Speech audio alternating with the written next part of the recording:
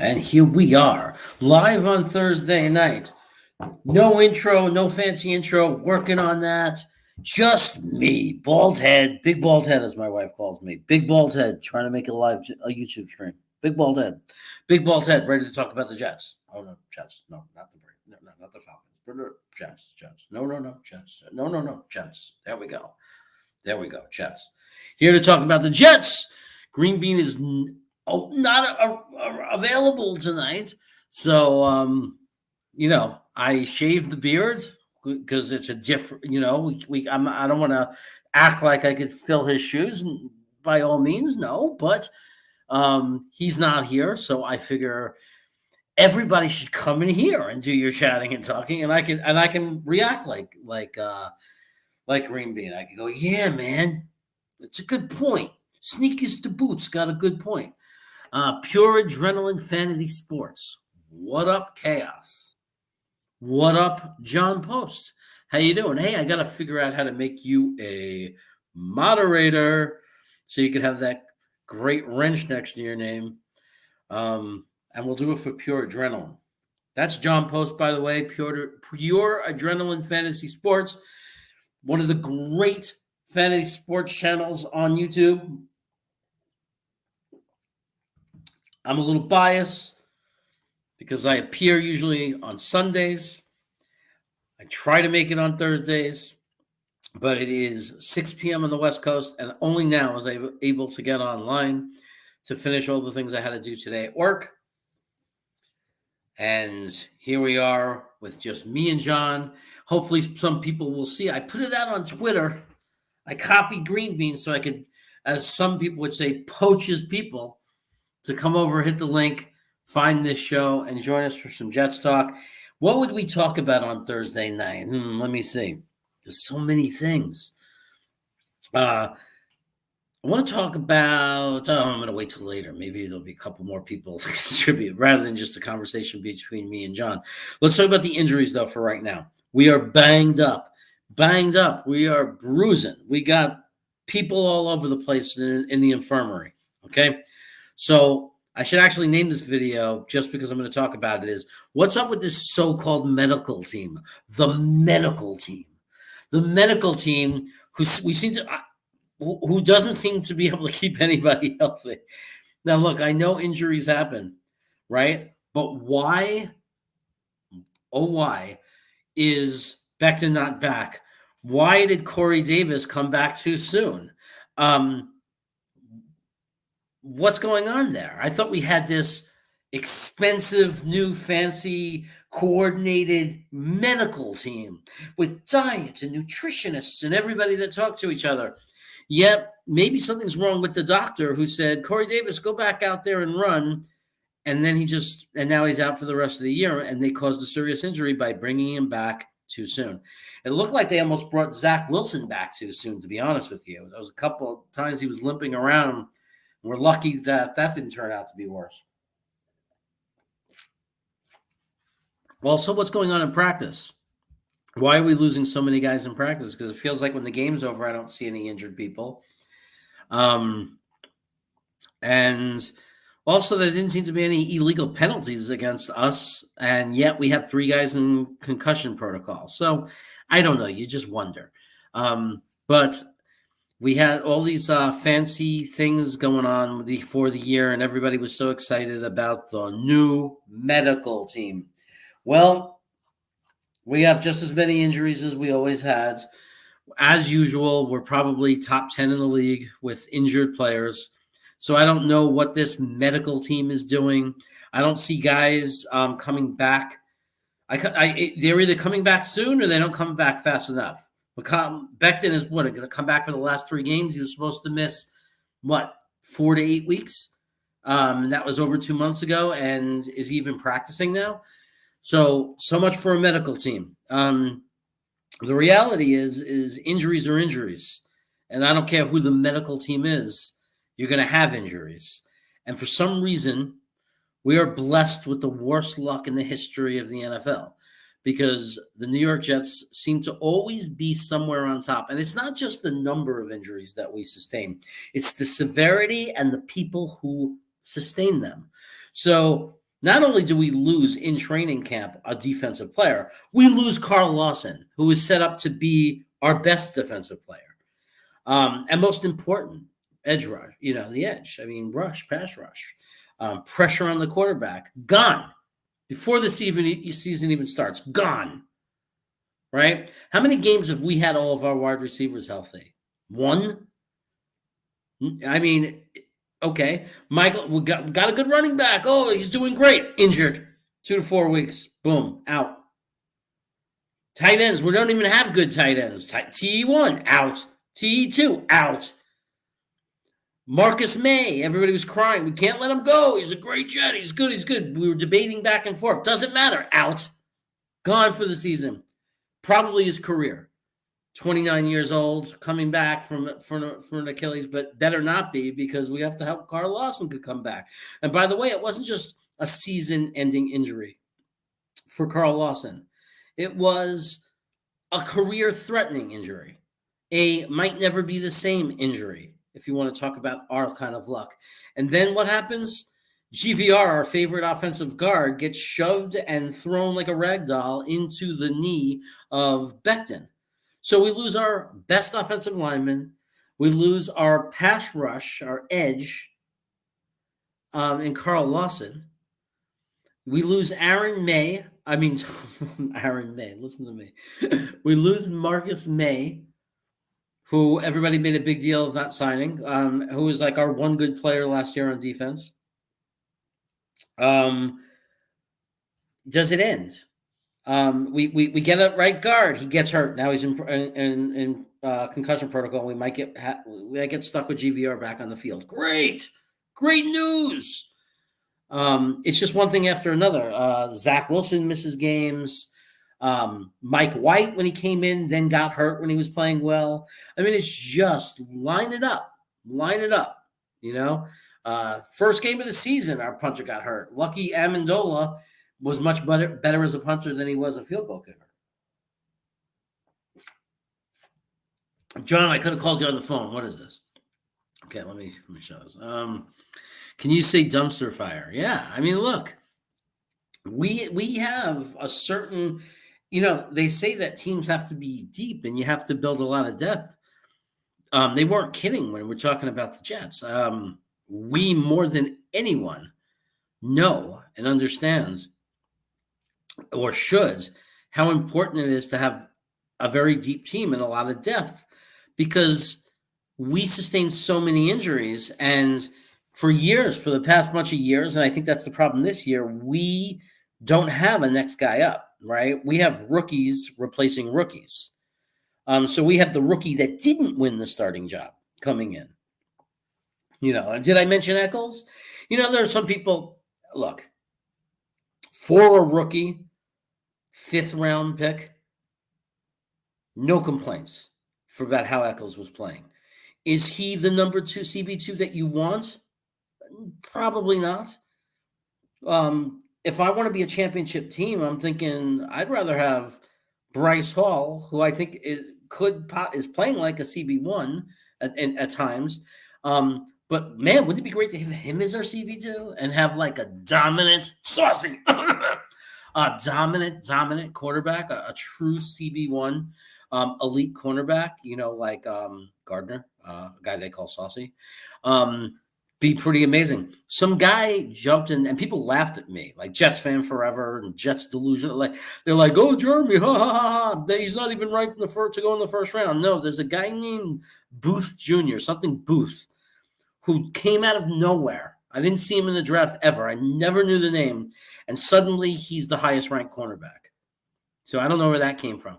What I hope is that we're able to look at the top cornerbacks and make a decision of who is going to be the elite CB1. And it's so it's so funny how people just turned on this guy Stringley, Stringer, Stringley. I can't even say his name anymore because he's no longer a top consideration for the draft. He has dropped down to like number 14 ranked guy. Like they're predicting he'll be like the 14th guy picked.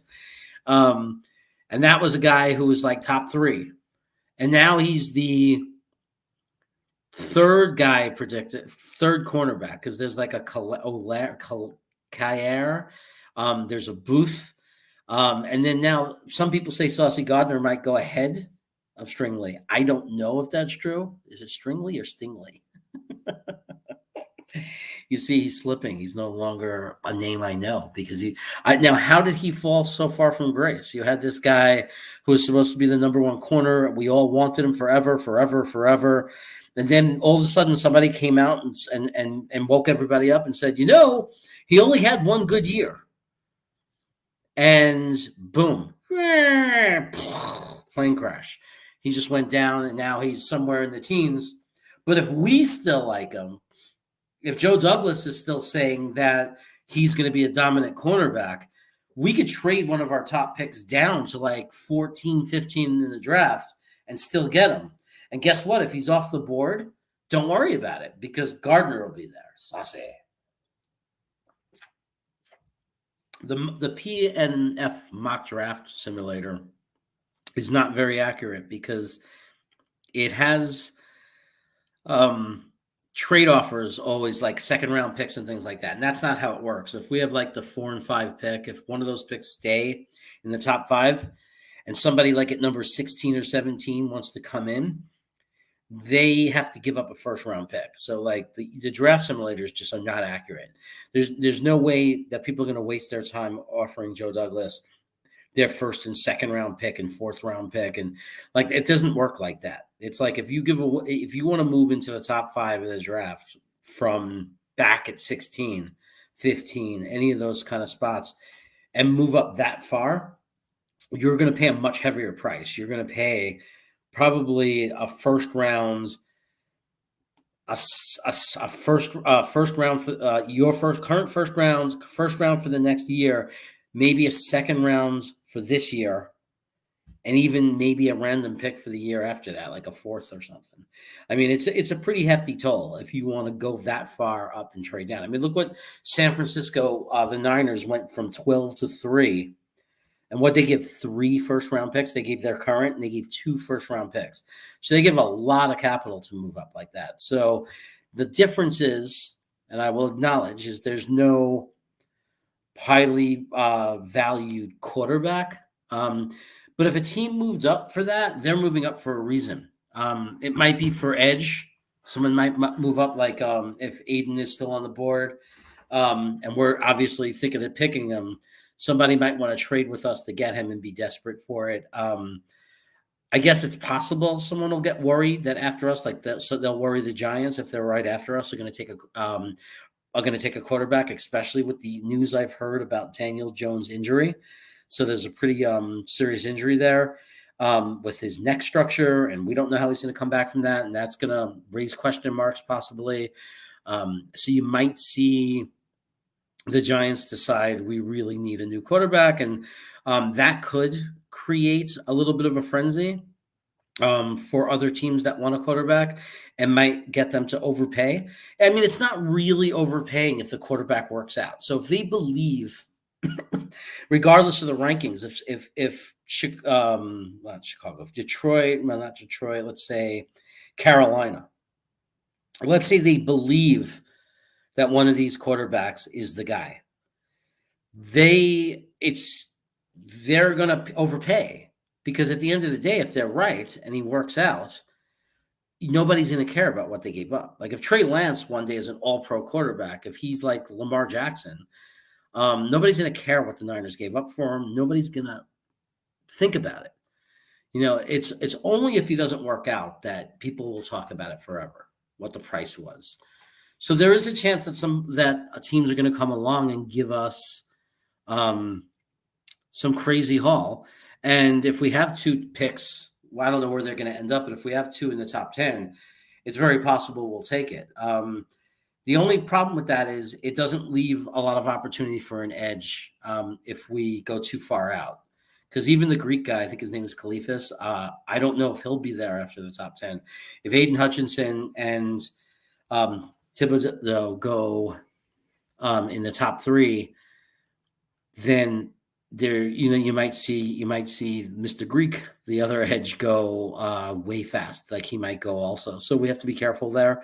I really want an edge rusher. I wouldn't feel that way if everybody was healthy, if Carl Lawson didn't have an Achilles, but with the injury that he sustains, I think that we can't go another year the way this defense is designed and schemed without a dominant pass rusher. So we're going to have to give some insurance. We're going to have to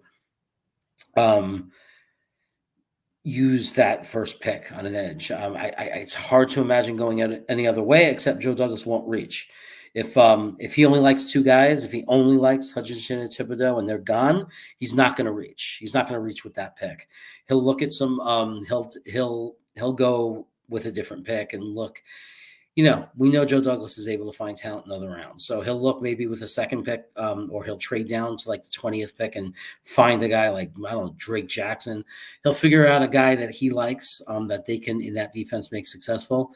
Man, I'd really like to get Aiden Hutchinson or Thibodeau. I mean, there was one mock draft where Aiden Hutchinson went up the board and Thibodeau dropped, and we actually got him with like the 4 or 5 pick, and that would blow my mind. That would be so great if we have a last-second change of heart and people start to panic on Thibodeau. I say that because, there was a rough game he had against Utah, but when when another team designs their entire offensive scheme to take out one player, that's a pretty good sign that that player is good.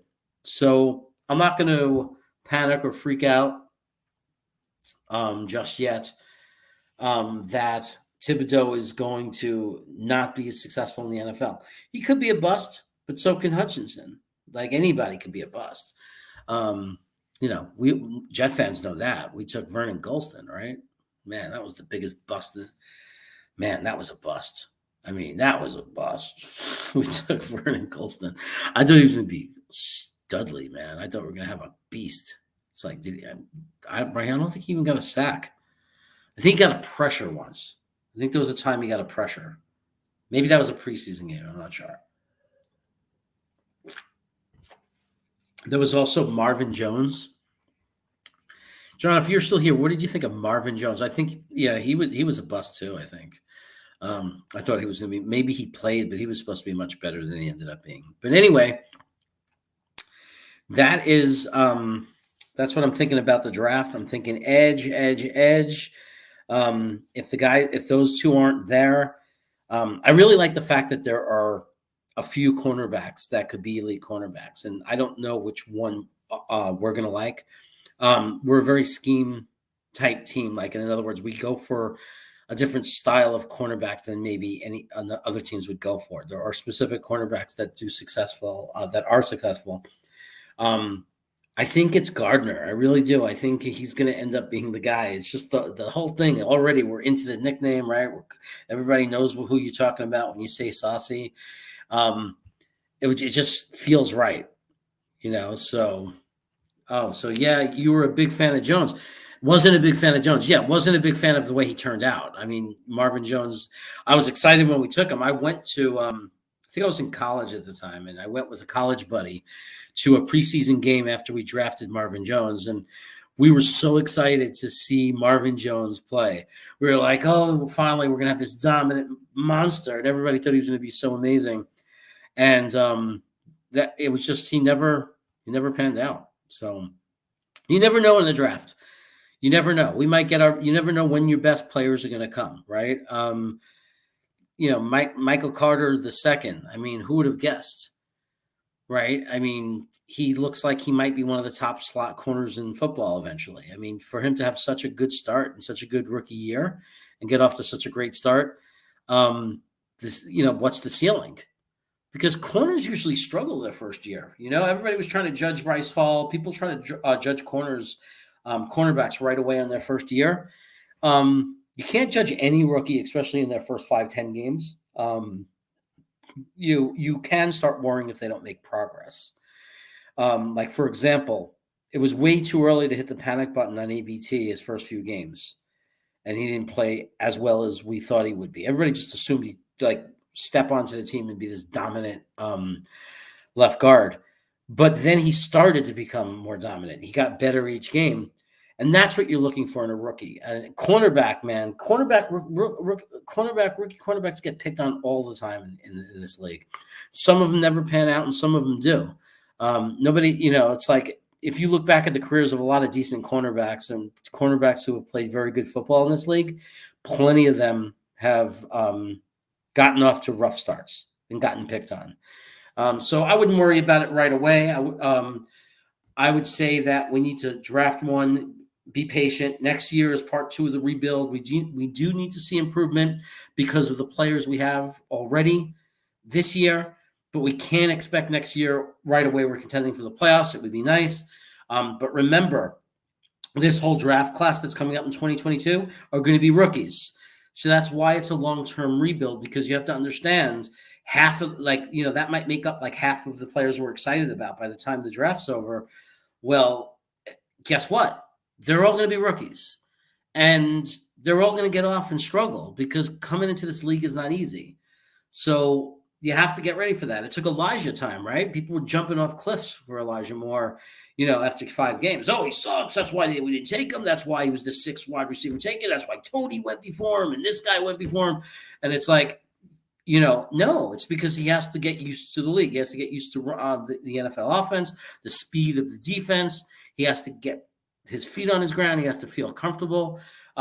It's not easy in this league. So give the rookies time and be patient. That's why with Echols, look, I'm not saying he's going to be a star. He might be a backup cornerback his whole career. He might be a CB3 who comes in if someone gets hurt. But at the same time, he's a rookie. We can't judge him yet and say that's his ceiling. Like that's just not fair. He might develop into a very decent CB2 because there are cornerbacks right now that are CB1, CB2s, very good cornerbacks in the league, guys that make $10 million, that are starters for their team, that if you look at their first 6 or 7 games, they might not look any better than Echols, right? I mean, so don't give up on that yet. I mean, we should be excited that he showed signs that he could play in this league, because when 5th, 6th round picks, man, I'll take that every day. I mean, build your roster, right? Get some depth in different positions, guys that can hang. I love orange soda, especially orange soda, John, that I make myself. I take the orange syrup and I add it to the seltzer. Me and Green, we got the same thing. We got this jet stream. You take the bottle, fill it with cold water, hold it under this little tube, and push a button. You shoot the CO2 in, and you get seltzer. But Echols was a wide receiver who has played 2 years of corner. Major upside. I like that, Joe. I like that. Man, I love it when people are positive. So, yeah, I like Echols. I like him a lot. I'm glad that we have Echols. I think it was a great pick. Worst case scenario, backup cornerback. Best case scenario, he is, well, we have a controversy. Best case scenario is if we end up taking a guy in a draft that's very good, we have 3 very good cornerbacks. There's nothing wrong with being deep in cornerback, especially when you're the New York Jets, because somebody's getting hurt. That's the way we have to look at it. We have to look at somebody in every room. Someone said, we don't got to draft a guard now. We got LDT. No. Unless you want GVR playing, you need to draft a guard. Like, we need to have, I'm not saying first round, it could be 3rd round, 4th round. I mean, we might find some decent guys but we need to maybe in the back of the draft a bunch, maybe sign someone who's better than Feeney. But you have to assume that your backup tackle, the first guy that could play right or left tackle, hopefully you get a versatile guy who can do both, is going to play. You have to assume that your best backup guard is going to play. You have to assume that your WR4 is going to play. You maybe even your 5, because maybe you use your 4, like the way we use guys like Berrios and mix guys in, especially in this offense. But in every position. So if Echols turns out to be really good and we draft Saucy Gardner and he's really good and Bryce Hall is really good, that's not a controversy to me. That's something that we need to happen to be a championship team, because we need depth on this team. They need someone in every room except quarterback. Yeah. I think we need a wide receiver. Every mock draft I do, I pick one. like not in the early rounds, but I always like take some trades, get us a bunch of, get a couple of extra picks in the top 100, and I always take a wide receiver. It wouldn't even be a bad idea to grab a running back in the 4th or 5th rounds. There's some good ones that are going to slip. I'm telling you, that running back from Penn State might make it to like the 4th round. Although I'm very hesitant about Penn State running backs because they never work out. But there's some good running backs. There's that kid from NC State. I'm forgetting his name right now, but he's pretty good. But yeah, I'm going to put that up there, Joe. They need someone in every room except quarterback. I agree. It's hard to think of a room where we don't need someone. I think we need well, it depends. With guard, we definitely need to draft a guard. There's no question. Even if LDT is good and plays, GVR cannot be our the guy that comes in. I don't want to see that guy on the field anymore. I don't, I can't do that. I think we need a tackle. If we don't sign Morgan, then we're going to need a tackle. We're going to have to assume right now we're going to have to play as though Becton might get hurt. I really like the way Fanta's playing, man. People aren't understanding the year he's having. So we're in good shape. We're in good shape with the starters, but man, we need some depth, back there. Defensive line, I'm starting to think even at tackle, like Rankins, Fatakasi having a horrible year, not looking good for the system. I mean, we need some guys in the middle with Quinnen, right? What if Quinnen gets hurt? Then we have nobody in the interior line. So we're gonna have to get rid of guys like Shepard or whatever, and these guys, and we're gonna have to get some decent, get another decent tackle, I think, on the squad. So I know people hate when we got burned with those stupid 1st round defensive tackle picks. I hope people don't get too upset if somewhere in the middle of the draft we grab a defensive tackle, because I think that I don't know if Rankins, if he was 1 year or 2 year, I'm not sure if he'll even be around. But Rankins, Fatakasi, they're just not consistent enough, and we're not stopping the run. So we need some help. So let's have that. But I also think it's because we don't, we also need linebackers. I don't think we need one linebacker. I think we need minimum 2. I mean, I just don't think we have any linebackers. I mean, Quincy Adams maybe is going to be something, but he's way, way too inconsistent. I mean, I hope he's people understand he has to grow. People get excited about these players way too soon. There are people starting to call them great and they're awesome. It's wait a second. Quincy Williams has to get better. He is not ready to call a linebacker we're happy with. There's parts of his game he has to fix. If all these guys were so good, when you see Jets guys go on these shows on YouTube and start talking about Fatakasi is still good and Rankins, if they're still saying that, and they're saying Quincy Adams is great, Quincy Williams is great. I always say Quincy Adams. Quincy Williams is great, and Mosley is great. He's amazing. It's if that was the case, we wouldn't suck on defense, okay? Because the secondary is actually holding up. So no, they're not great. Quincy is showing potential. If he's young, maybe we can get something out of Quincy Williams. He makes some big plays. He's a hard hitter. He's a good tackler. But at the same time, I want a young stud linebacker, and I want a developmental one or one, there's a guy I like from Alabama, and I'm just drawing a total blank. Christian Harris, I think. He might be good if we don't get Dean or whatever his name is in the 1st round, because we can't get everybody in the 1st round. There's a safety, by the way, named Battle that I always see, and I read good things about him. So there are some guys, but we need guys in every room. It really is. There's no better, more fair statement than that, Joe. We need guys in every room except quarterback. There's no question about it. It's just a matter of what can we patch in with free agency? What can we find off the junk pile? Because we seem to find some reasonable or respectable guys. And then there's what are the positions in this scheme with this coaching staff and this management that mean the most? So we know that that's edge. And we know that we can't be 100% sure that that Carl Lawson is going to come back and be what we were hoping he was. We can't be sure. We can hope. We can look for good signs. He's had a schedule. We can look at all that good news, but we've got to be realistic. So we need edge because this defense specifically is built around pressuring the quarterback.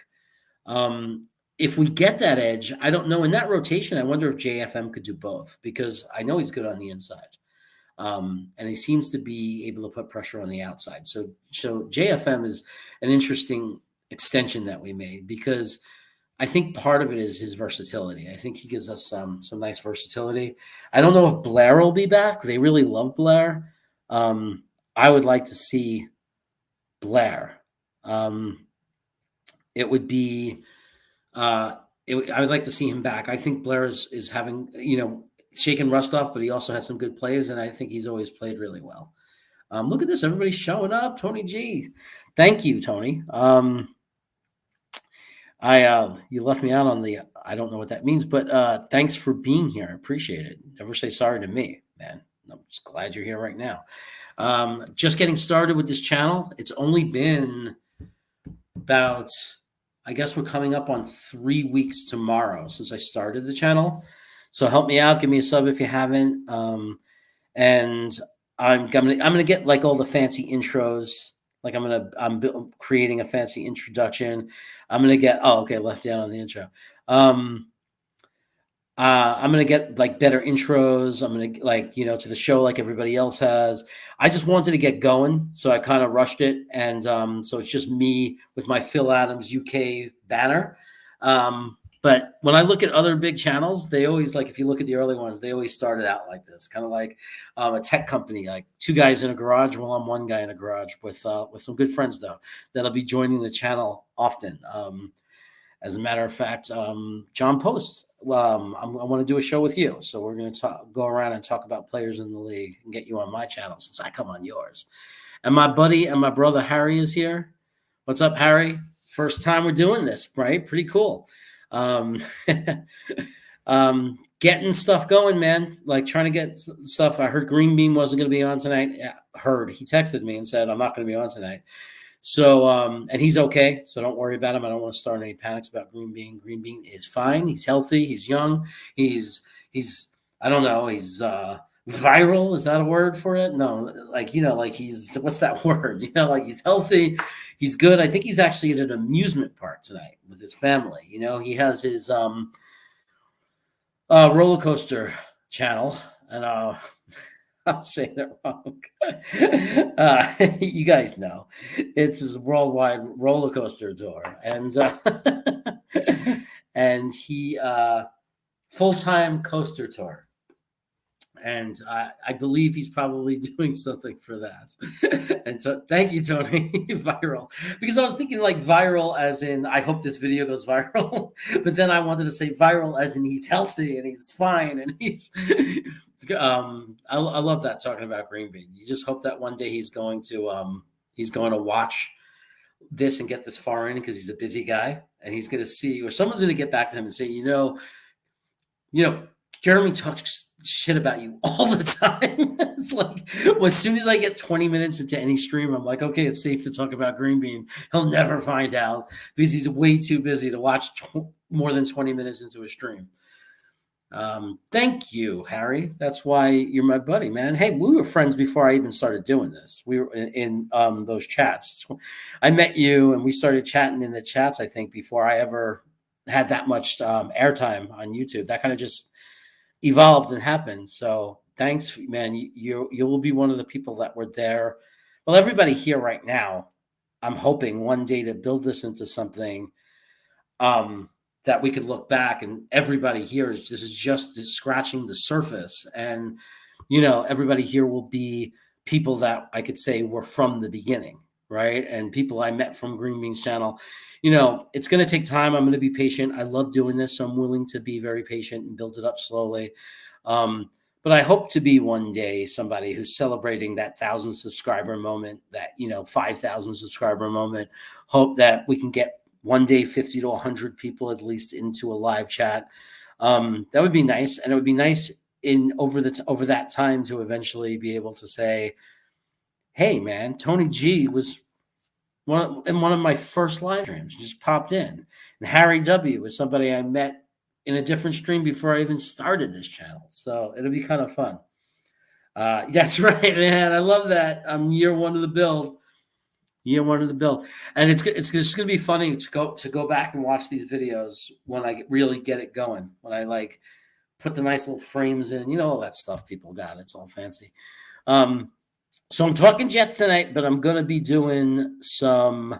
Thanks, Thomas. I'm going to be doing some other NFL things, and we're going to see how it goes. I'm going to see if I can get some other football fans. I think it would be cool if we can be the start of it. Like it's always going to be like a core Jets channel, but I think it would be cool to have other people come in that aren't saying we suck just to talk trash and troll, but actually people come in and say, hey, I saw your video on Justin Fields, or I saw your video on, Mac Jones, or I saw your video on the Vikings, and I'm a Vikings fan. And what's up, Jet fans? How do you feel about this? How do you feel about that? And we can get other perspectives.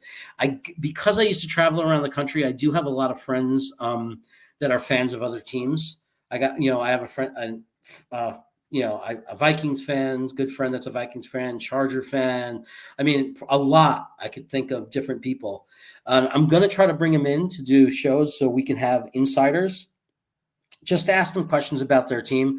I actually have a friend who's a big Seattle Seahawks fan. So I'm going to, we can't abuse him too much, we can't we fleeced you. And, but he's like a diehard fan. He's like, and he might not be what the core fans feel. Like he's like that kind of he's a real Seattle homer. I want to call him a homer. So he might get very defensive and still be in love with Jamal Adams. I'm not sure he's one of the fans that's pissed right now. So that would be interesting to ask him that and say, which are you? Do you see other Seattle fans that are turning on him? Because I would have to imagine that.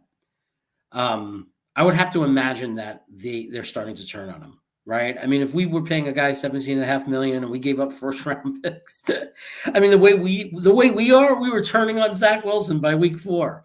I mean, there's no way we wouldn't be turning on him if we paid him $17.5 million and he was like 1 interception, 3 dropped interceptions, 0 sacks. No freaking way would we tolerate that. What's this? Yeah, I think it would be cool to have other perspectives. We just got to be nice to them when they come. So we got to be welcoming. So anyway, I'm trying to build a channel up to that, though. That's why it's NFL Chaos, right? I mean, I'm not going to hide the fact that I'm a Jets fan. I'm not going to ever give up that there's going to be a portion of this channel dedicated to us. I mean, Green Bean's not on the air, and you guys might want to be hanging out, and that's where we would be. I'm going to just jump on and create the stream. If nobody else does, I looked first. I didn't want to step on anybody's toes. Nobody set up the stream. I said, all right, I'll jump in there and set up the stream for everybody to talk. And, that's it. So the Seattle Seahawks. You see, those are the things we have to avoid if we get a Seattle guy up here, especially this guy. He unfriends people on Facebook if you dare even question something about the Seahawks. I'm a giver. That sounds like a Tom Petty song. I'm a giver. I'm a taker. I'm an Wall Street baker. Adams trade is turning into the Babe Ruth trade. Yeah. That's great. I love that. That's great. What didn't we buy Babe Ruth? Was that even a trade? I thought we just gave them $500. I thought the Yankees just gave Boston $500 and they said, here, you can have them. But yeah, that trade is looking better and better. Not just because of for so many reasons. I mean, even if Adams stayed what he was for us, even if he was good, he's still not worth. Is he worth? Even if he was top 5 safety, was he worth 2 first rounders? The third, was he worth it all? Especially with what kind of pick this is going to end up being. Very hard to say. I mean, what if that pick is Hamilton? I mean, we replace him with Hamilton and the other first round pick and the third round. I mean, it's kind of crazy. Don't be sorry, man. Nobody, don't ever apologize to me. No, you don't have to. I love you guys. We can be supportive and still objective and analytical. Absolutely, we can. Some people went overboard was on Zach. Some gave up. Some were extreme. Homer, laugh. Hey, I was that Homer, man. I'm never going to make the mistake again. And don't get me wrong, we don't know it's a mistake. I mean, I might turn out to be, Zach Wilson might turn out to be, the guy we've been waiting for all these years. We have no idea yet, but I am no longer saying he is. And like reality definitely came back, man, because before the season, I was like really having visions of him having I was thinking, man, he's going to just tear teams apart. He's going to be so ridiculous and unstoppable. And then, now I've learned, man, I don't care how talented you are. It's just it's unpredictable with quarterback, and the speed in which you learn, or get used to, or are able to slow down the game is different for players. And some quarterbacks never do it. They'll never slow the game down, and they're a bust. Some could take, Josh Allen took how long? And then you got guys like Herbert who just came into the league and just ripped the league, right away were really good. So, I mean, there's just no way to know. It's impossible to tell. So I'm no longer going to go so crazy. But I am very happy that I have a lot of video of me, and there's a lot of content out there. If you watch Green Bean's old things, of me loving Elijah Moore. So Elijah Moore is not disappointing me right now, man. He's my savior. He's making me look really smart. So Seattle, I think, is going to lose some, but you're not going to see it this week. They're going to beat Houston. But I think after that, they're going to have some trouble, While I'm not a fan, obviously, of Jamal being a very good player, so I'm not saying his injury talent-wise is going to hurt them so bad, but I do think he has a strong role on the team as a leader. I think psychologically, him not being out there might affect them. Maybe. I don't know. There's a chance that half the players on that defense are going to say, I'm so glad he's out of there. That guy didn't shut up.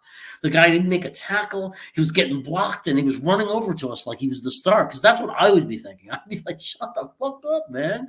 It's like, what are you yelling me and telling me good job? Don't patronize me. Make a play, dude. Learn how to catch. That's what I'd be saying. But I don't know. So it would be really nice if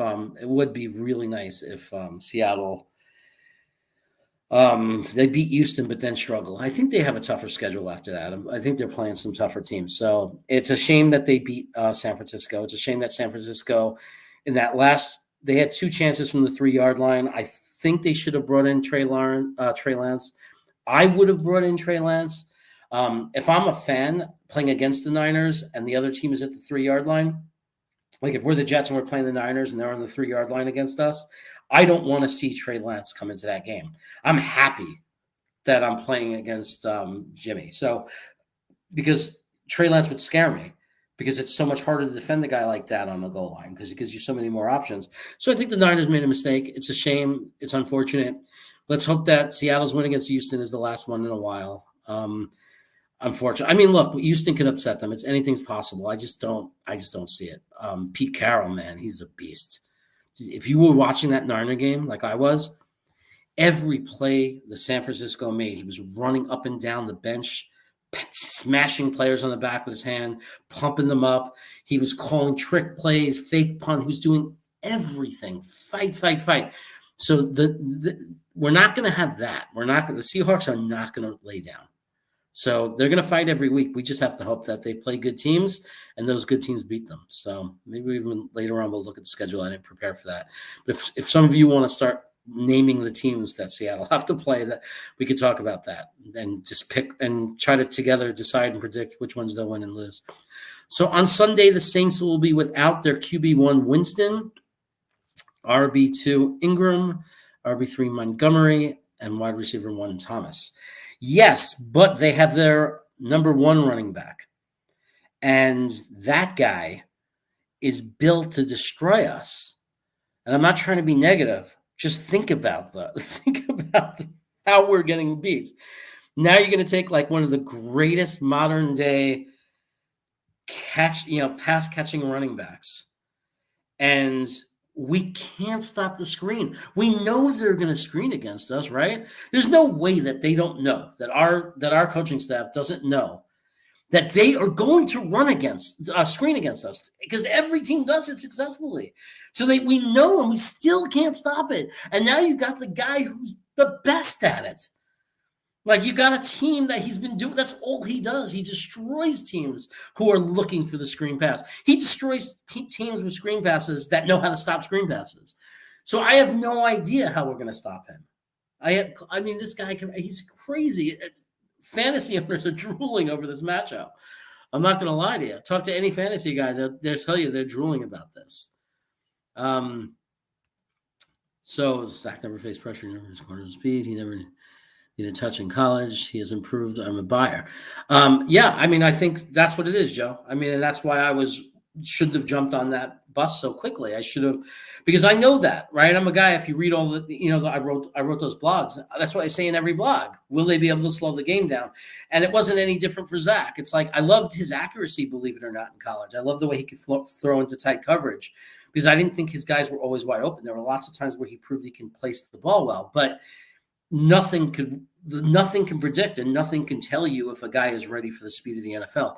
I think the fact that he's progressed, yeah, I think it's a good sign, and I think we should be excited about that. Now it's just a question of how good can he be, because this needs to be a funk as far as the accuracy. I mean, I know he played better, but the accuracy was still a little bit questionable to me. I still thought he'd be a little bit more accurate. But if you take away all the drop passes, he was 68 to 70%.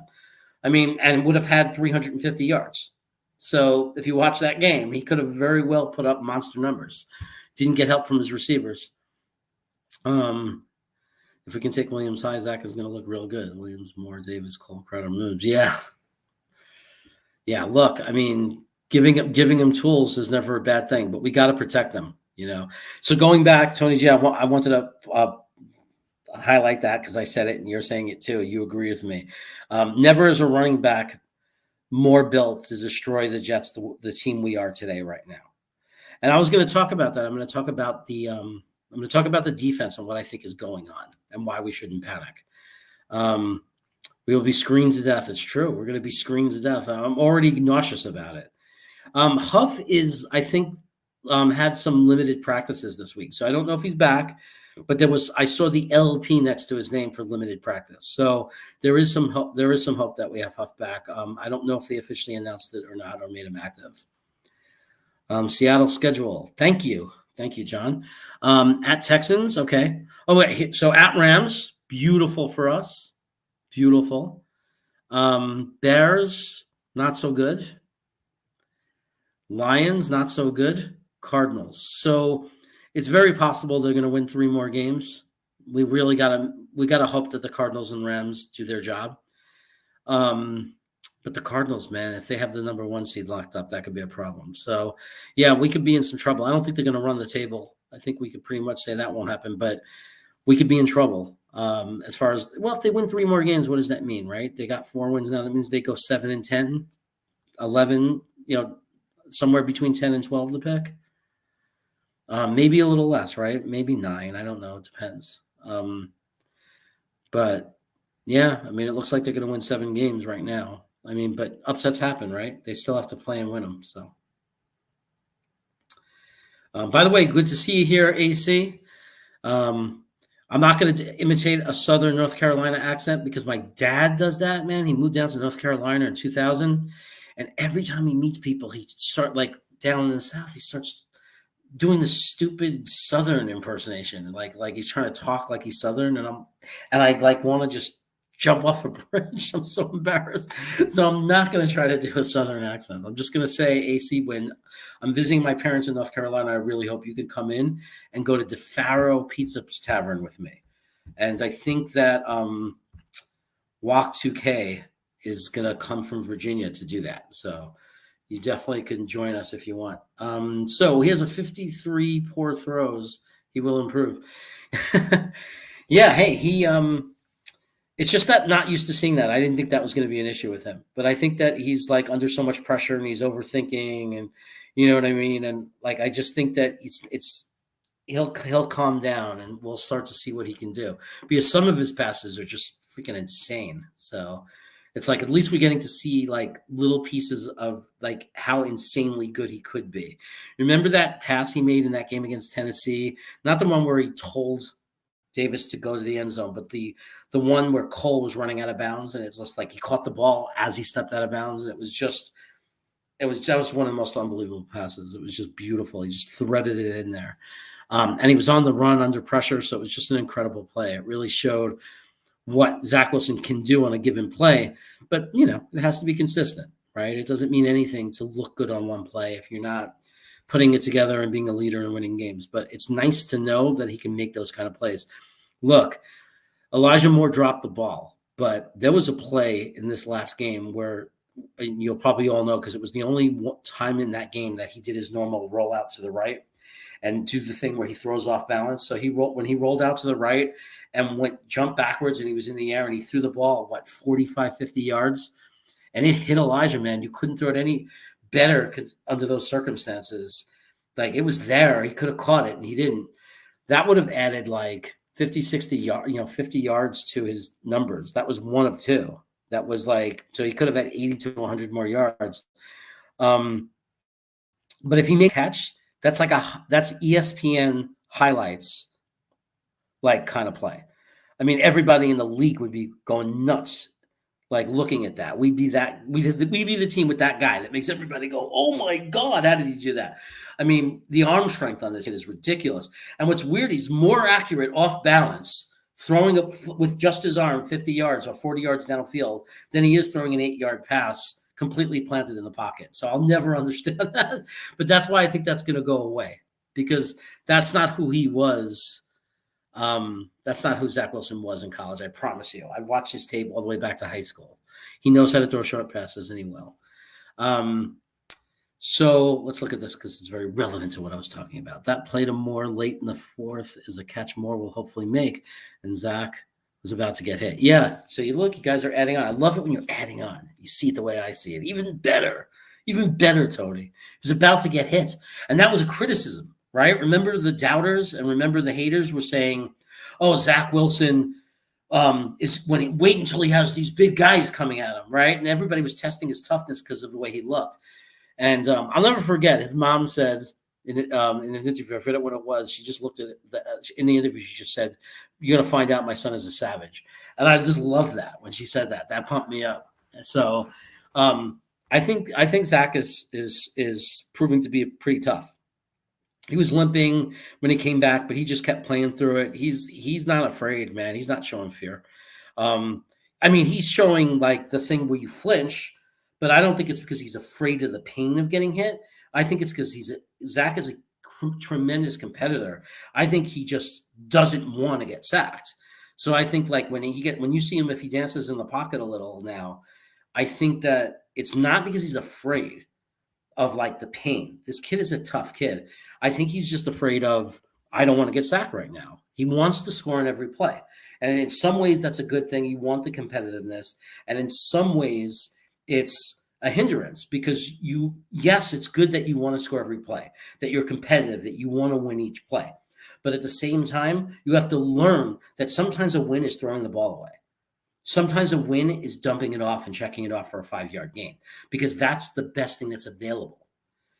So he needs to learn that. And I think he is. I mean, he showed signs of it in this last game. He's even too much on a couple of plays. He missed open guys because but you know what? Every quarterback, you could look at tape of a football game and find plays where a guy was wide open and the quarterback didn't find him. So, we got to be realistic about that. Until the trenches are elite, I don't want to hear about skill positions. Yeah. Look, I can go edge, offensive line all day, and I might be alone on this, but I can go defensive tackle the way our defensive tackles are playing. Not early, not with the first 4 picks. I'm not talking about rounds 1 and 2, but if we're in the middle of that draft, drafting a couple of defensive tackles or one or something like that, or we sign. Look, man, we're not stopping the run. Quinnen Williams needs help, and we're not getting it from the guys we have. We thought that they'd be better than they were, and I'm not going to be a homer that still defends these guys. It's not happening for them. Hopefully they'll improve if some of them stay on the team. If Rankins sticks around, if Fadakasi sticks around, if they're Jets next year, I hope they do better than this year because I'm not happy with the way they played this year. And I don't care about the past. I don't care what they did before 21. We have to look at this season. And maybe our system isn't right for them. I don't know. All I know is they're not stopping the run. They're missing tackles, and they're getting shredded. And maybe getting better linebackers will help them. Because I'll be fair about that. Maybe new linebackers will help. I don't know. I think everybody feeds off everybody else. The protection for long passes is still not ideal. Zach will be deadly worst way. Yeah, my brother says that all the time, Thomas. My brother is like, he's big on the time. He actually sits there with a stop clock while we're watching, and he's like timing the other quarterback and Zach, and he's screaming, "Why aren't they talking about how little time it gets?" Even with the improved offensive line, everybody thinks we're improved, and that means we're good. No, it was just that we were so bad. Below average is seeming really good to us, and it's not. He's not getting a lot of time. Some plays he is, but on a lot of plays, he is not getting the time. Most of the time he's on the run or adjusting or having to move in the pocket. But from the time that he's feeling pressure, it's, if you compare it to other, you can play it back, play gap games, especially against the quarterbacks he's playing against, he is not getting a lot of time. And I think he's going to be deadly when he gets a lot of time. I agree, 100%. Man, he's a rookie, man. It's like so early in his career. It's so exciting the way he played and proved he can play. But there's going to be ups and downs, and there might be some more downs. Everybody got to get ready for that. There might be some more downs. Just don't be one of those people when he has a down game that says he's a bust, I give up on him. Just don't do it. I've seen some games, who was it? The Buffalo lost to Jacksonville. Josh Allen had a miserable game, right? I mean, I've seen didn't we play Aaron Rodgers once and they beat us like 9-3 or something? Like, I know this may have been like 7-8 years ago, but I'm just making a point. Like, Aaron Rodgers didn't light the Jets up. I mean, and it was a very tough, low-scoring game. So quarterbacks have bad games. It's okay. You're with them. I don't know on which comment, but that's okay. See, I try to get to every comment, and that gets me in trouble. But, like, I know how it feels when, like, it takes forever and I fall far behind. So he's missing on timing and touch. He only made 2 bad decisions last game. And I think you know what, Joe? I would rather have him having to fix the timing and the touch than having to fix bad decisions. Bad decisions, I think, are much worse, right? Because bad decisions are the kind of thing that make me think, is that going to be forever? Like, is it because the game's too fast for him? Is he panicking? Is he a panicker? I'd much have it be timing and touch, because that's so coachable, and that's just muscle memory. And that's when he's thinking less, and it's even easier to slow down the game. You can focus more on. So that was a big takeaway for me too. His decisions were really good. Even his interception wasn't. I don't know that was a bad decision. That was a floater, right? He threw a floater. I don't know it was a bad decision. I think that he had a guy he could throw to. He just threw a bad pass. So it wasn't like the early interceptions where he was being fooled and tricked. It was more, he threw a floater. And you know what? Tom Brady in the Super Bowl threw a floater in the end zone, remember? At least his early picks for agents, that's cool. Yeah, I mean, I don't think Fodokowski belongs in a 4-3. Okay, that's what I'm getting at. Like, is this the right system for him? Williams and JFM should be inside. Yeah, with Lawson, Huff, Thibodeau. Yeah, Thibodeau. Yeah, I would love that. I agree, and I think that they might do that with JFM. I think he's going to play both.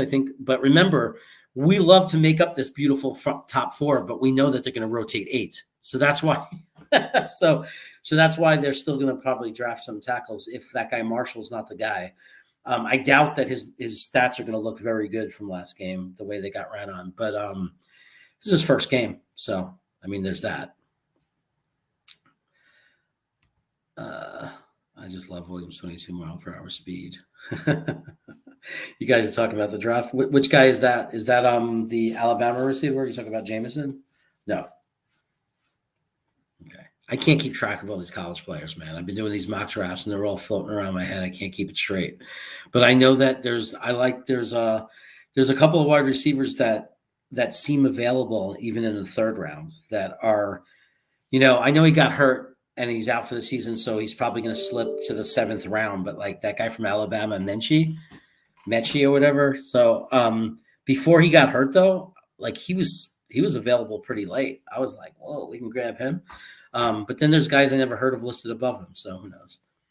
And I trust JD in that stuff, man. I know that he's got his scout teams. They're going to evaluate every guy. So if we take a wide receiver in the 4th round, if we take one in the 3rd round, I'm just going to trust it. I'm going to trust it's a guy they believe they could develop. And if we take a wide receiver in the 1st round, if that was to happen, or I doubt that. I mean, 2nd round, but even if it was 1st round, I'm not going to flip out, man. I'm going to trust this guy. I'm really going to trust them. I think that they're building for the scheme that they play. So if they take a top wide receiver, I think there's a reason for it. And it also means they probably believe that there's an offensive lineman in the second, third, they got a lot of picks. So I think that means that they believe that there are other guys that they can utilize right away, or at least build depth with. Yeah, hit that thumbs up. That's cool. Yeah, you know, at one point we had 8 people in here. That's pretty good, man. I just started this thing. I'm pretty stoked.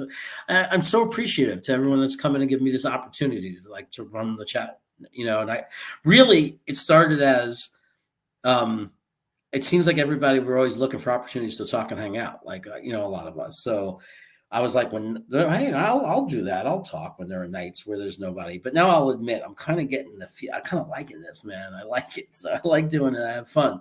So, and there's some kind of rush when you get more and more people watching you. It's like a big rush. So that's why I want to build it up now. It's like I'm never going to monetize it, man. I got a career like you wouldn't believe, like in my job. Like running an elementary school is like ridiculous. I'm never going to be able to put like what needs to be put into a channel, like that it's your livelihood, that you make money from it. But man, if I can get you guys, keep you guys happy, and we hang out and build on that, we get more good people, I'll be totally stoked with that.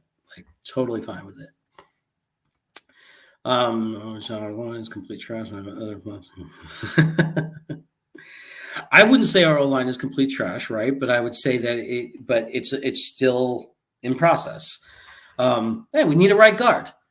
You know, I don't know about McGovern, man. My eye tells me no sometimes, but the PFF, looks at every play, and I don't see him every play.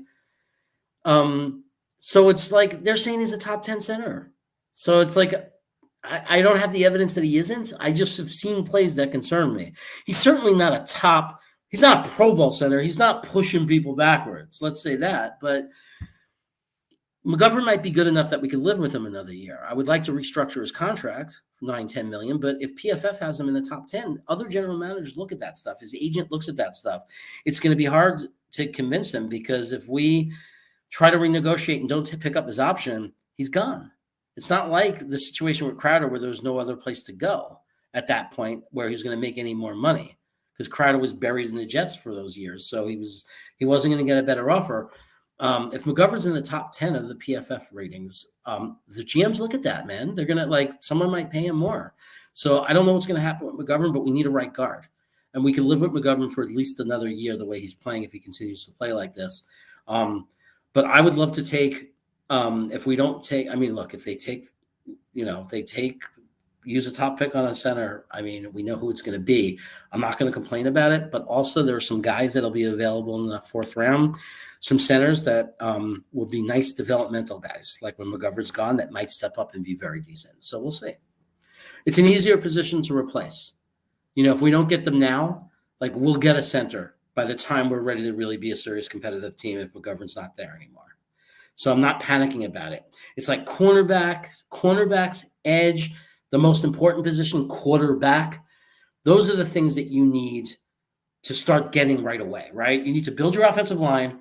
You need to have guys who can create pressure for the other team. And you need to find your corners, because you could build a team ready to compete. If you don't have your corners, that's what's going to lose it all for you. So you want to get that all settled. And then we could start. That's why I'm not panicking about tight ends. I want to take one this year, but I'm not panicking about it. I'm not so upset as everybody else that we don't have a tight end this year, because we're rebuilding and we're in year 1. And that's just not the guy I feel it's not the position that's so hard to find that we need to get. You can't fill every position. I want to find that stud star wide receiver that's going to be there forever, Elijah Moore. I want to find the guy that's going to lead the running back crew. And even that we could have waited, but I'm glad we got him in the 4th round. What a beautiful value to get Michael Carter to fill that role for us.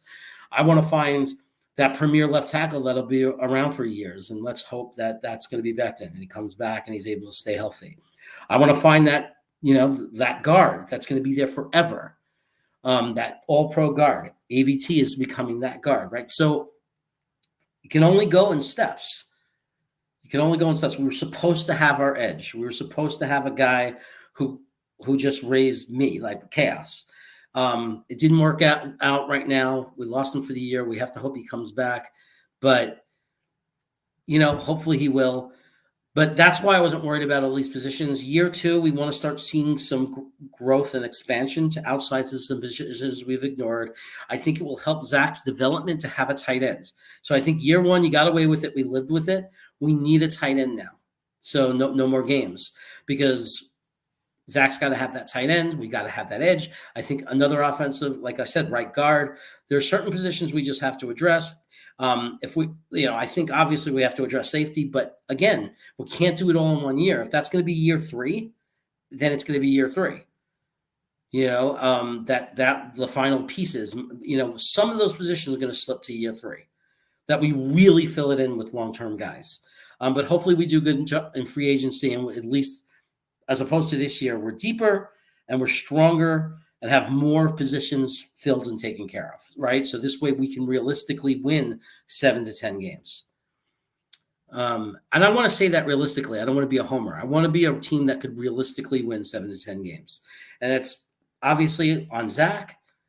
I mean, so much on Zach. I mean, unfortunately, it's just reality of the NFL. Like, you got to have a quarterback. So, but I believe the other positions are coming together. I like the picks and what Joe Douglas is doing. Sneakers to Boots says, and by the way, welcome Sneakers to Boots. The first time I've seen you here. You found me. I'm so glad, so happy. You're my man. You're all my men. You're all my brothers. You're my Jets fam. Fant has been good this year. Thoughts on transferring Becton to the right side since he had an issue with speed rushers? Ooh, this is dangerous because I haven't heard the takes of the people that I rely on, right? Like, I haven't heard those smart people say that he move to the right side. And maybe I get to be the person that's spreading the take that people like. I think that Fant has a better chance of being more versatile and being the better guy to move over. Okay, does that make sense? So I think if Becton doesn't improve his pass protection, I think it's too early to start moving his position, because I know people criticize Becton a little for his pass protection, but he was getting better and his run blocking was ridiculous, right? I mean, so I think that in the beginning, I'd like to see Becton come back at left tackle.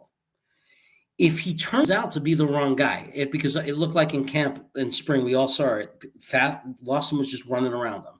If that's really something that's a real concern, especially now that he hurt his knee, that he's not fast enough and he's getting beat on the left side a little bit and pass protection is not as good for him anymore, but he's still a mauler in the run game, I could see doing that, right? I could see switching them possibly and it being a good conversation. But I want to see, because, again, I think Fant is a guy who could play tight end on certain plays. It was going to be a swing tackle. I mean, this is a guy who's very versatile. I don't think Fant is an issue moving to right tackle. I think he could be a really solid, good right tackle. And then we'll see how Becton turns out. And if Becton gets back on track and starts heading towards being the guy he was heading towards being, like if he could stay in most of the games, let's say he could play 15 out of 17 games every year, not miss too much time. I would love to see him take off, get back on track of where he was. Maybe he gets a few games in this year to learn the scheme because he hadn't learned it yet. Get some reps in with the guys, and then maybe we have something, right? And then we get Fant in on the right side, and then maybe it all works out. If not, then we can move. We could flip them, because pass protection is left tackle. To me, you put your best pass protecting tackle. But I'm okay with giving Becton some time to become the better pass protection tackle or as good. Fant wasn't a terrible right tackle against Carolina and hasn't played his best there. I thought that, I think that the change in the way the offensive line played was just the first game. They were just missing assignments. They were just off. And then I think that they started putting it together and learning where it wasn't skill. It was just it wasn't physical skill. It was, the problem was not knowing what was going on. I think that so I don't know. I mean, if we put Fant on the right side and he stinks, then we have something to think about. We're like, well, we a better team with Becton on the right side if Fanta's really good on the left and not good on the right. We don't know what goes on behind closed doors, right, in those camps. I mean, maybe they think about those things. Maybe they test them out. I think we just got to, again, it's like we can speculate all we want. I'm going to trust what they do with that. I'm going to trust that. But I hope that they give Becton a chance. I wouldn't want him to lose his opportunity to be a left tackle because you really can't forget how good he was. I mean, he was having games where he was pancaking people. He was looking amazing. So, it's not over. We can get him. He's not going to raise a swing tackle. This class is deep at tackles. Trevor Penning would be a nice fit at left tackle. Look, if they took Penning, I wouldn't. Again, I'm going to trust them. I wouldn't be super angry. I've looked at picks where, I want to take a tackle anyway. At the very least, is developmental, and a guy who can come in if Becton gets hurt if we can't trust him. So yeah, maybe Fant's. I know that in our experience, Fant's not good on the right, right? Like his first year, he wasn't good on the right, and then the first game, he wasn't good on the right. But maybe in this system, he'll be good on the right. And we just only saw a small sample when the whole offensive line was struggling. That's all I'm saying. But look, they want to win, right? They want to protect Zach. Let's trust them. Let's see what happens. I mean, it's a good point, though. I mean, I thought the same thing. When I started to read, I read an article, maybe the same article everyone's been reading, that's starting to like turn our heads to Fant and the year he's having. And it's hard not to think, how do you move him out of there the way he's playing? It's hard not to think that. So I get it. He's a converted tight end. He never played tackle in college. He has major upside. Ooh, I like that. How old is he, though? If Trader Joe can get a high first for Becton, they can flip him for a top guard. Wow, trading Becton. Man, guys are jumping off the Becton boat fast. I don't know, man. Becton looked really good to me. I'm sorry. I was really excited about him as our future. I'm not ready emotionally to give up on it, but I'm not saying it's a horrible thing to do. Like, I'm not saying it's not a horrible thing to do. I'm just saying it's hard. It's hard for me to emotionally accept that accept that happening. Becton getting traded, man, that would make the jersey I got, Green Bean, such a bust jersey. I went through so much trouble to get that jersey for Green Bean, man, and get it to him, get it to like a trailer park camp where the RVs are or whatever, an RV camp. Did I just call him a trailer park guy? No, an RV camp. It was so hard to get that to him. So that's why we can't trade Becton, dude. I got him a jersey, man. I sent somebody a jersey. All right. What is our main concern? Wilson right now. Yeah. Since GVR is starting this week. Oh, God, don't remind me. My God. Jeez. God, GVR is bad, isn't he? Oh. I in my other video, look at my NFL predictions for week 14. I'm trying to get the highest score. Like, I want to be good at my predictions, so I had to go against the Jets. I mean, I had to. I mean, GVR is playing. I just hope Zach plays well and doesn't get hurt. Like, I want to win. Don't get me wrong. I don't want to play for a draft pick. I want to win. But at the end of the day, I just need Zach to play well. I hope all you guys agree. Like that, other guys too. But like at the end of the day, if Zach plays well, we all could feel okay. It sucks to lose, but we could feel okay. And if GVR gets him hurt, there's going to be pickets. We're going to be like walking with signs to cut him. Like, I don't care. Put Feeney in. Because there's only so much I can take with him getting our guys hurt. Yeah, I mean, look, I can't argue with that, although I don't think Becton's had a chance in this scheme. Like, so we don't know yet. Like, we have to give him a chance to develop and play in this scheme. But we'll see.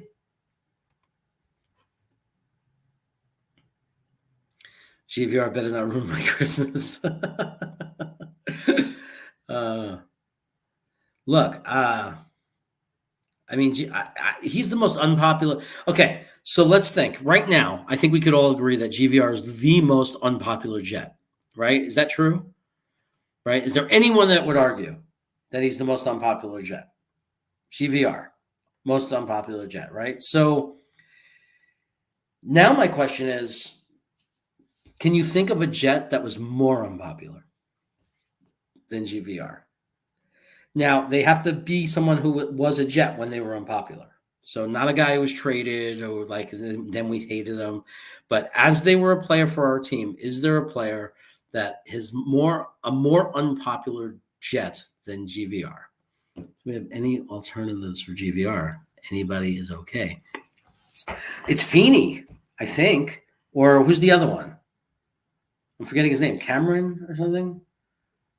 So, I mean, they're watching, I mean, a lot of people would argue GVR is okay if he's your backup, but it's hard to make that argument when when we lost our left tackle because of him and we lost the quarterback because, like we sustained so much damage because of him. But if anybody wants to throw in anybody they think was more unpopular than GVR, no one putting something in means you might be thinking really hard about it. And the fact that you have to think so hard shows that he's pretty unpopular. I'm good with the losses. I just want to see the young guys progress. Exactly. Especially Zach. 5 games left to change the way JD will attack FA in the draft. I love it, Tony. I'm right there with you. I said it the whole time. My brother and I talk about it all the time. Like, we cover games together, by the way. It's Sunday. We cover the later game. We'll just pick random games and call them. And my brother says the same thing. We always talk about that. It's just Zach. Look at the young guys. Michael Carter looks better. Oh, good. Elijah. Oh, he's coming along. Great. AVTs. He's continuing to do well. Great. Is he pancaking people? That's awesome. But at the end of the day, nothing means anything if Zach isn't the guy. It really doesn't. And that's what my years of a fan tell me, man.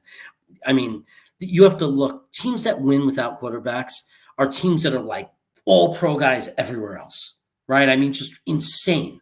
Because look how good Chicago's defense has been, but without a quarterback, nothing. They have good running back, right? Could until Justin Fields now, and they finally have a chance. Haven't had a really good quarterback, can't do nothing. So to me, it's like just consistent. My whole life, I've seen that. Can't do it without the quarterback. Like with Sanchez, we almost got there. Everything on our team was amazing, except, and he was young at the time. I'm not mad at Sanchez, but I'm saying is like that's what was missing. What were we missing in those years, those 2 years that Rex took him to the AFC Championship game?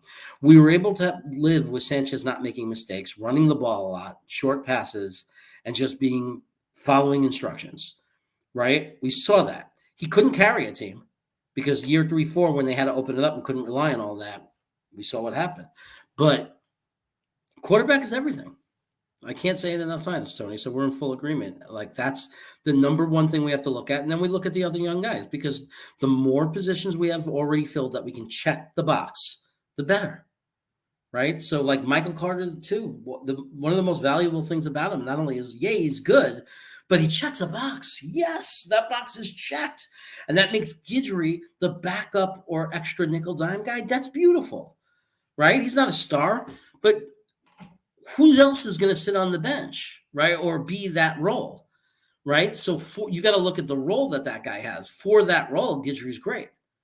And Guidry's versatile. He can come in an emergency at any position. Like, whether it gets beat or not, you need somebody who can come in and keep you functional. So that was a great, we checked 2 boxes in one shot. We got a backup guy. Eccles is, at the very least, Eccles is a check for backup cornerback on our team. Check the box.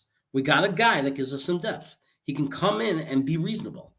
Now, he's a rookie, and he's only played 10 games. So maybe he's going to be more than just a check. Maybe he's going to be a legitimate CB2. We'll find out. But we can check boxes. We're starting to build a real roster now, which is nice. Yeah, lost some Oldham and Kemp. There's no question, AC. We were like so happy for Lawson. I mean, we were so happy, right, and so excited, but we were also like, holy shit, Becton sucks. The thing that scared me more about Becton was when we did the scrimmages, like against Green Bay and everything, and they were getting sacks too. Sheldon Richardson having a great night. Oh, okay. I forgot about Sheldon Richardson. Yeah, that's what I'm kind of worried about. Like that's what kind of thing we're hoping that. Oh, holy cow! I picked the Steelers in that game. Oh, oof, ugly. Vikings are up 23-0. Yeah, Sheldon was always good, right? I mean, I think that's what happens when you take a defensive interior lineman, you take a defensive tackle with a top 5 pick, unless they're Darnold or like Warren Sapp, you end up disappointed, right? And they're so rare that they end up being that good. Otherwise, it's just the nature of that position. It's a plug hole position. So it's even Quinnen, like people are criticizing, oh, sometimes he disappears. No, well, it's like in our defense, he's supposed to be a little bit more because he is playing now in a 4-3, and we are relying on all of them to get to the quarterback. But you got to have guys around you, right? You feed off each other, like you help each other. It is harder from the interior. You don't expect them to get as many sacks. But it's just you have to be incredibly special to stand out as a defensive tackle. Guys have done it, but like Sheldon Richardson, like Snacks was unexpected. So when he played the way Richardson played, with him, it was like glory, glory, hallelujah, because we didn't know who he was at first, right? Now we have this guy Snacks who's playing well. Richardson was never bad. You're using first-round picks on these guys, and we want stars. We want blue-chip players. Like, we want those special players who, are amazing, like AJ Watt, guys that are just incredible that take you to Super Bowls or whatever and bring you the glory. And, but he was never not a bad player. So, yeah, I could believe he's having a good game. Let's see. If Van Roten gets Zach Ertz, that's it. Billy, you're scaring me, man. You're scaring me. That's my boy. I don't want him getting hurt. Maybe, that's what scares me is he's really trying to stay in the pocket. Like one of the things about last week was, did you see how Zach was staying in the pocket a lot and not rolling out as much? That scares me with Van Roten in there. You're right, Billy, because Van Roten is like, man, he's like the Terminator. It's like Williams, the defensive coordinator, that we had that when he was on New Orleans and he had a bounty on a guy. It's like GVR is getting paid a bounty. Like he's a traitor. Like he's somebody's like maybe Belichick got him on the payroll. And because he's taken out more guys he's taken out more guys as a teammate than we've had the defense against us take out. Like he's such a liability. And luckily, LDT won't be out for long. He's in concussion protocol. Usually, that doesn't keep a guy out for 2 weeks. So, I think we're going to be okay there. We'll get him back. It's from one game. But New Orleans has a tough defense, so it's not the best game to be with GVR in there. The corner they are still playing. Are you talking about Guidry on the boundary? Were you talking about Guidry? I don't know. But, the corner they are still paying. Tremaine Johnson or Jackson or something like that. Tremaine, I just remember. Man, what happened with that? JD didn't do that, so. Brandon Moore, what about him? Golston was very unpopular. Yeah. I mean, especially after year 2 when we realized what he was. He was being unpopular, but you know what, Billy? He didn't get guys hurt, right? I mean, he didn't give us what we wanted, but there's something extra special and hateable about a player who causes injury to your guys. So there's that. Tremaine Johnson. Golston is a good one. Yeah. I mean, anybody who's like such a big bust is going to be unpopular. There was a moment in there, but like history will forgive guys. There was a moment where Mark Gastineau was very, very unpopular. Near the end of his career, he left the Jets. The way he left the team was he left for Bridget Nielsen, Sylvester Stallone's ex-wife, the one from Rocky IV, that Russian chick. Mark Gastineau got into a relationship with her and left the team. So he was very unpopular for a little bit when that happened. But then a couple of years go by, and it's like Mark Gastineau is like one of the greatest defensive players we ever had. He's our, how could you stay mad at him? So, will forget about that, just like the Green Bay forgot about Brett Favre, how he left. And, that's what you do. And you look at the whole picture later on. You calm down and you look at the whole piece of who he was, and you say Mark Gastineau brought the Jets organization some history. He and Joe Klecko, Abdul Salam, Marty Lyons, Lance Mel, Mickey Schuler. I mean, these guys give us some history we could be proud of. So, but I just wanted to say that he was unpopular for a little bit. Like there were a lot of people that were not happy with Mark Gastineau, especially one of the most significant plays he made as a Jet. One of the last plays he made as a Jet that people remember was the penalty against Cleveland that cost us the playoff game. We would have went to play Denver, I believe, in the AFC Championship game, and we lost out because of a roughing the passer penalty on Mark Gastineau. But I forgive you, Mark. You were the greatest pass rusher we ever had. Sanchez always threw more than 3 passes. Hey, man. You got to give it to Belichick, though. That was something else. Thank you, AC. Least of the popular Jet. The least of the popular Jet. Okay, so Trumaine Johnson. Maybe where was I, man? I think I was a little off board with the Jets. That's why maybe I'm not feeling this anger towards Jermaine. I think it was because of my life, because I moved across the country and was rebuilding. We were rebuilding our entire life. So there's a couple of years there where I'd still look at the score and everything, but I wasn't like I went from being someone who watched every play, never missed it, and I kind of fell off a little bit and then got back into it in the last couple of years when everything settled down. So I missed a little bit of Tremaine. And it's amazing we're still paying him because I'm saying that. And I watched him for the last 2 years, but I don't remember much of Tremaine. Chad Pennington was an unpopular Jet. He was. I really loved him. I got hurt. He hurt his shoulder. I mean, I'm not going to argue with you. I wasn't online. I didn't have a lot of feel for what other Jet fans were thinking because I've been back and forth from California to New York a few times, and I was in California, so I didn't get to talk. I didn't have a connection like we do now where we're all connected to each other, so I didn't really have that feel if he was popular or not. I just thought he was really good. And then he got hurt, and I was really bummed by it. So, I think I almost shut down there.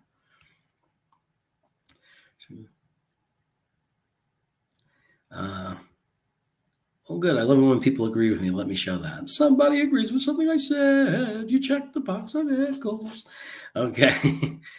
Yeah, I do that sometimes. I named my dog Penny.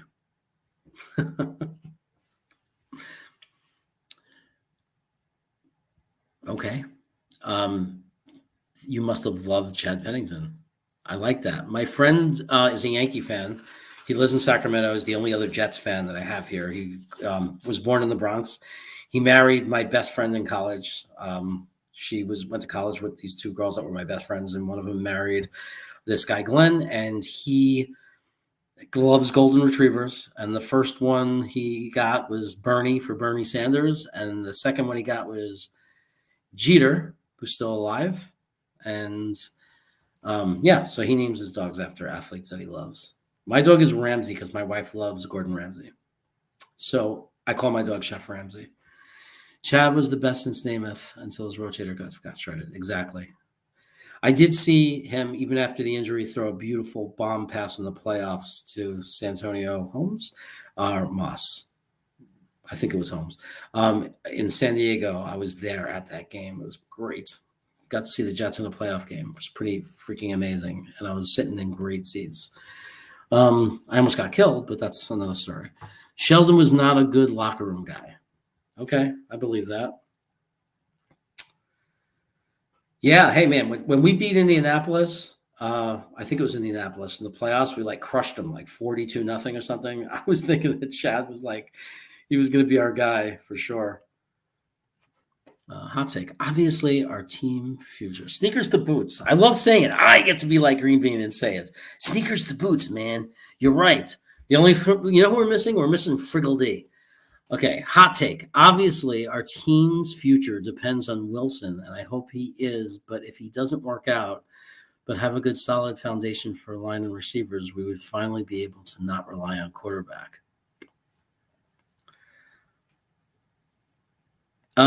Yeah, I can see what you're saying. Like, if you look at how we played with Mike White and then with Josh Johnson, and that's only year one of the rebuild, we can end up being a team that could at least be competitive and have a chance without having a great quarterback. Like, or we can get someone like, the Rams just got Stafford, or, like something like that could still happen. It happens for teams, right? I mean, Bridgewater was playing really well for Denver and giving them some hope.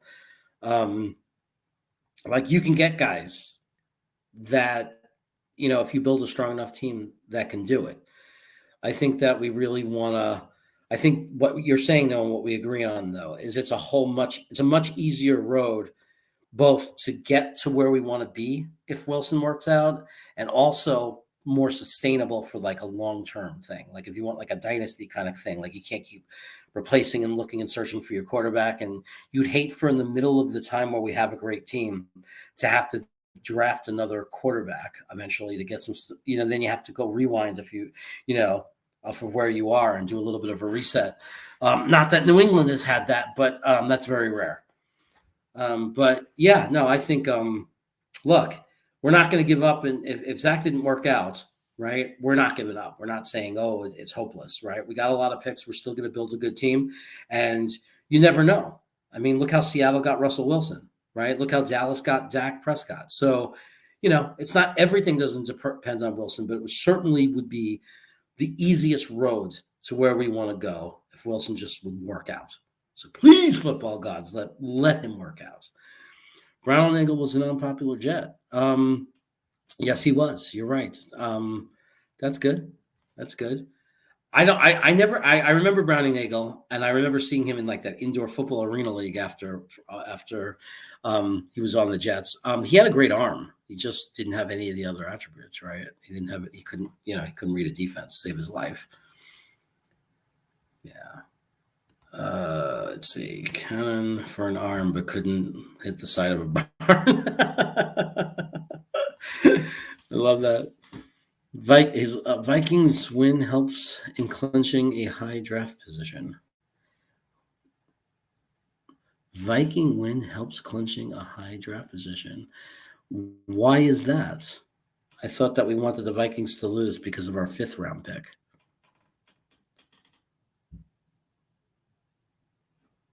So you're going to have to explain that to me. I don't know why the Vikings win helps us in clinching a high draft position.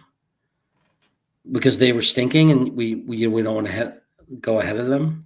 Is that what you're thinking? Like, you were worried that they were going to pass us and get a better pick? Let me see. Van Roten gets beat by old ladies at the grocery store headed by the self-checkout. I got to put that up. I'm sorry. I know I asked the question and I want to go right down to get the answer because I hate that when you read the answer 10 minutes later. But that's too funny not to put up. Okay.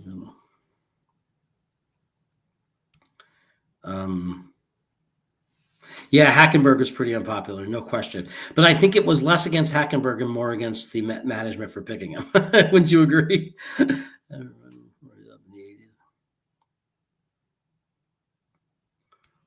trying to find out why we want Minnesota to win. Vikings will have 6 wins. Okay.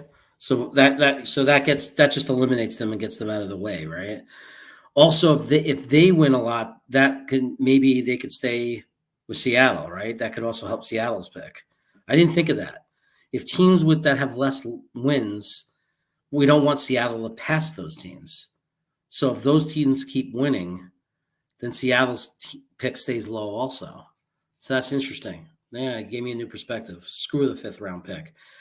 I'd rather be a spot or 2 higher on our Seattle 1st round pick. I don't want Seattle to end up a better team than the Vikings. That would suck. Okay. You taught me something there. You helped me out there, buddy. Thanks, Joe. We want the Panthers to win. We want the Panthers to win either. Oh, okay. So the Panthers, that makes it interesting because if the Panthers lose like crazy, our 1st pick is good. but it could compromise our first round pick because Seattle then jumps above them, and maybe we jump above them. I get it. I get it. I get it, man. I get it. Because there's no more, the value is not in those picks. The value is in the first rounds. I mean, the point boards will tell you that. Like the difference between the fifth pick and the eighth pick is tremendous. I mean, that could be getting an edge, that Greek guy. That could be getting Hamilton. That could be that could be everything. Like, depending on what Joe wants, that could literally determine it. So, man, you're changing my perspective here. We're like sitting there saying we hope Carolina loses. But if they win, they keep ahead of Seattle. My God. Okay. The value is early. Yeah. Yeah, Tony. That's where the value is. Man, you guys are the first guys to bring that up. All we talk about is how we want Carolina to lose. Nobody talks about Minnesota. Greenbean's thinking about Detroit. But Detroit, I don't think is going to win enough. Like, they're not coming out of the one spot. Like, I don't care about Detroit at this point. There's no hope. I mean, maybe there is, but, like, not enough to look at. Like, we got to look at the teams that are right ahead of Seattle, that are just better than Seattle, and hope that they win and keep Seattle low. And if we win, we want to stay. The best thing is if we can root for us to win, but still stay low because those other teams are winning too, right? Right. Let's say what Matthew's going to say. I don't say I want Carolina to lose. I don't say, right, well, of course you don't. My brother, if any of you don't know, lives in North Carolina, where my parents are, in Raleigh-Durham. And I figured you'd get the Cam Newton years, I was pretty sure. I said, my brother he's not the biggest sports fan, but he definitely cares about his local teams. And he's been in North Carolina long enough to root for them, to root for the Carolina. We didn't want them to lose for anything personal. The wanting to Carolina to lose was for our draft pick. So don't take it personally, brother. I always root for Carolina in other years. In all the past years, I've rooted for them because I have family there, and it's because even though I left before my family retired there, it's kind of become my home too. Because, like, for me, going home to see my family is North Carolina. So, and my brother made me a die Wolfpack fan. And Matt, we have somebody who might not be in the chat. He might not be here anymore, but like right now, but he was here before and he might still be here. He goes by the name of AC, and he is an NC State guy. So big fan. My wife is calling me. She's probably saying, when are we going to eat or what's going on? Because I did not tell her I was going to go on this long, but we're here to help she figures it out. Let me text her. Watch this. Shockingly, I have, this is great.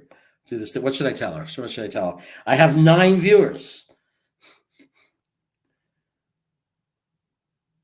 Okay. Can't leave.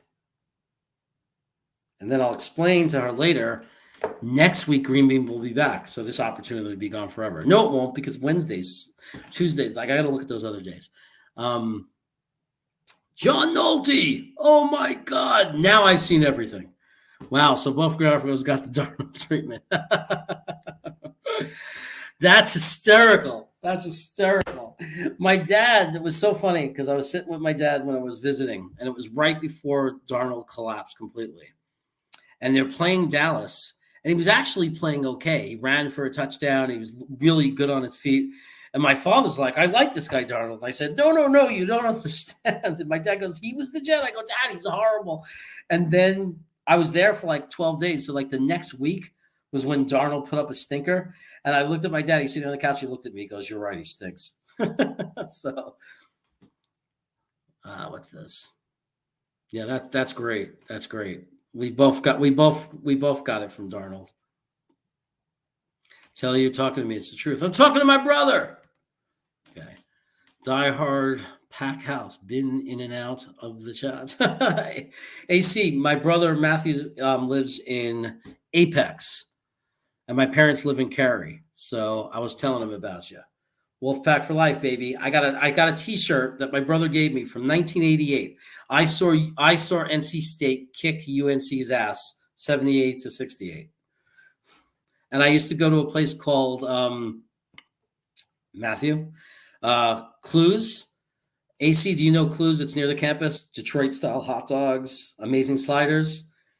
We used to hang out there and eat there. And we used to see Tom Gugliotta from NC State would be in there sometimes. Wolfpack v Tar Heels. Nothing else matters. Yep. So we got Salty Nuts in the chat now. We got Harry W. We got AC. All my boys, Sneakers to Boots. John Post was in and may have left. I wouldn't blame him. He was here in the beginning. He was here forever. Tony G has been amazing. Joe Campione has been amazing. Billy SBC has been amazing. You guys Thomas, man, how could I forget you? You've been amazing. You guys are going to go down. I'm telling you, one day we're going to be talking about the old days. Remember, it was just us when I was getting this thing started. I'll never forget it. Whatever you guys want when it happens, when it gets big, you'll all be part of it, and I'll make it up to you any way you want me to. Like, if we we'll figure it out. If you guys want to come onto the stream ever in the future, all those kind of things, you guys will always have like first class privileges on this channel because you're the ones that's going to make this happen for me. You're the one that's going to help keep me going until I can build it up. So I appreciate it so much. It's been a great night having all of you here. The chat was fun. Thanks, Billy. Appreciate that. My buddy is still here. John Post, you are loyal to the end. Yeah, man. The NC State quarterback, is he coming out this draft? Because State has some good players. They have a great running back that I see on the boards this year that's coming out. They've always done that, State. Like, they've always come close. Like, they always hit that, 25, 20 in the country. At one point this year, they almost moved to, number 12, and they lost at the last second. But they had a chance to, be, threatening to break the top 10. It was kind of crazy. Hope one day it happens for them. They just, I don't know if it's the coach or if this is the coach that's going to do it or not, but he had a great year this year. Maybe if they can just get those 5-star recruits.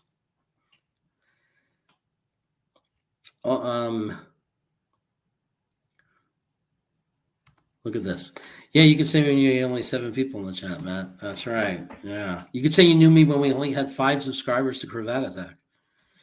So, you could say that too. You could also say you knew me when I didn't have teeth, and you were lucky I didn't have teeth because I bit you, and I didn't hurt you because I only gummed you because I didn't have teeth yet.